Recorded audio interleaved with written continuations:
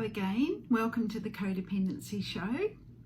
So this week what we're going to focus on is, it will continue to focus on, as I said, I'm reading from my book, Emotional Sobriety. So if you haven't got this book, I think it would be a wonderful resource to help you work through your codependency issues as you're becoming more and more aware, and hopefully this show is helping you with that. Repetition is the mother of learning, so we need to keep working on the codependency.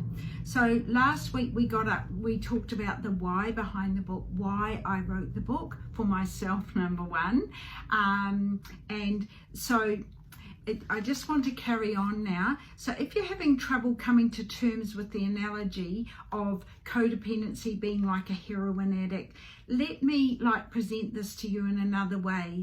Codependency kills our everyday. By this I mean we lose the opportunity to be in our life.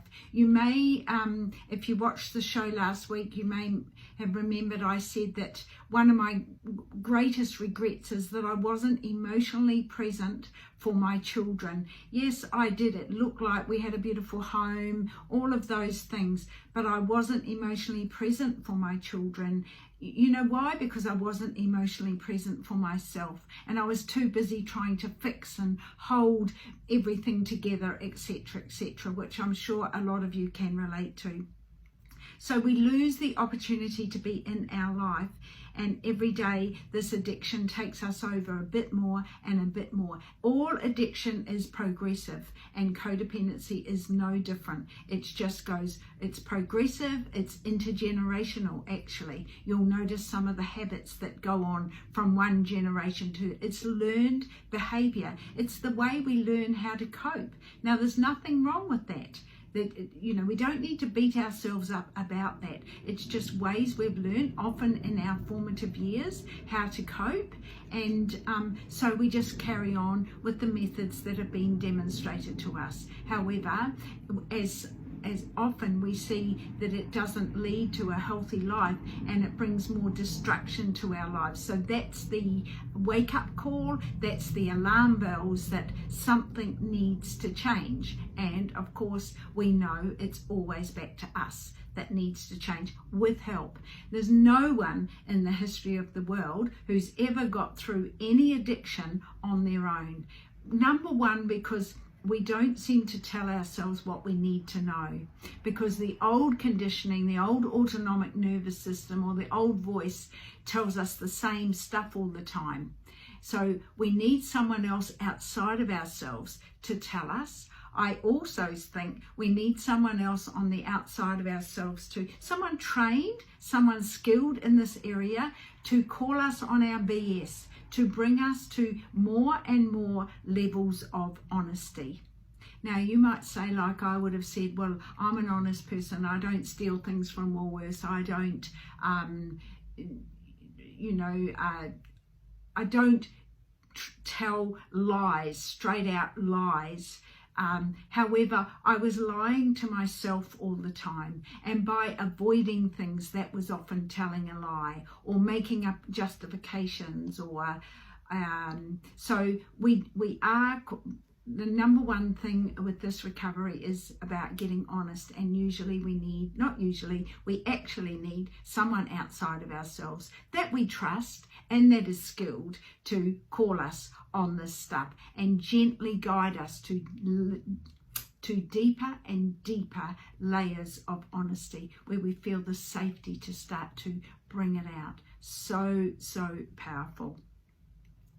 So what we mean is we're not functioning to our fullest ability or to the highest version of ourselves. So it's kind of like you're not really in the game, or you're living outside of yourself, your life. You're just living this life, and really, sometimes you think, who am I? Who am I? What am I doing this for? Who am I? You're missing life, and as I said, it's very much more common than you think. I call codependency the mother of all addictions. In my opinion, codependence is the largest addiction in the world, and it underpins every other form of addiction. This includes substances like drugs, alcohol, but it also includes lifestyle addictions like food, sex, work, addicted to drama. How many people, I was one, how many people do you know that there's one drama after another drama after another drama? They need those dramas in their lives, and they go out looking for them, or their autonomic nervous system goes out looking for them to keep that juice flowing, just like an addiction. When they haven't got a drama in their life, they go into withdrawal, so then they create something else. So drama, sickness. There's a lot of people that are addicted. Their whole life becomes an identity to being sick, going to the doctors all the time. Their whole life is around sickness, and a lot of people will get sick to gain attention. That's the way they think works, to gain love, and a lot of us learn that at an early age. We gain our parents' attention when we're sick and we have a day off school and we're lying on the couch. It's one way, so it's another cunning way to gain attention.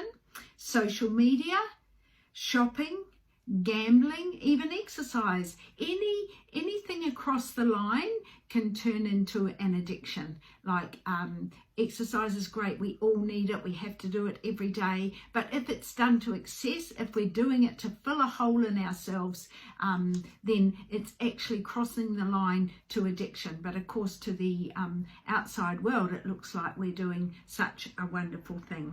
So, and relationships and people addiction. Now, this is where I'm very, very passionate, and I believe it's absolutely epidemic out there. People addiction, which of course goes into the dis-ease to please, people pleasing, which we may, I'm sure that all of us know a little bit about the dis-ease to please. So, hope that's helpful today. Please reach out to me if you'd like to have any questions answered. I'm actually looking for questions so that I can answer them on this show as well, because that not only helps you, it would of course be anonymously, but not only helps you, but it helps many, many others. So thank you for watching, and I'll see you next week. Bye.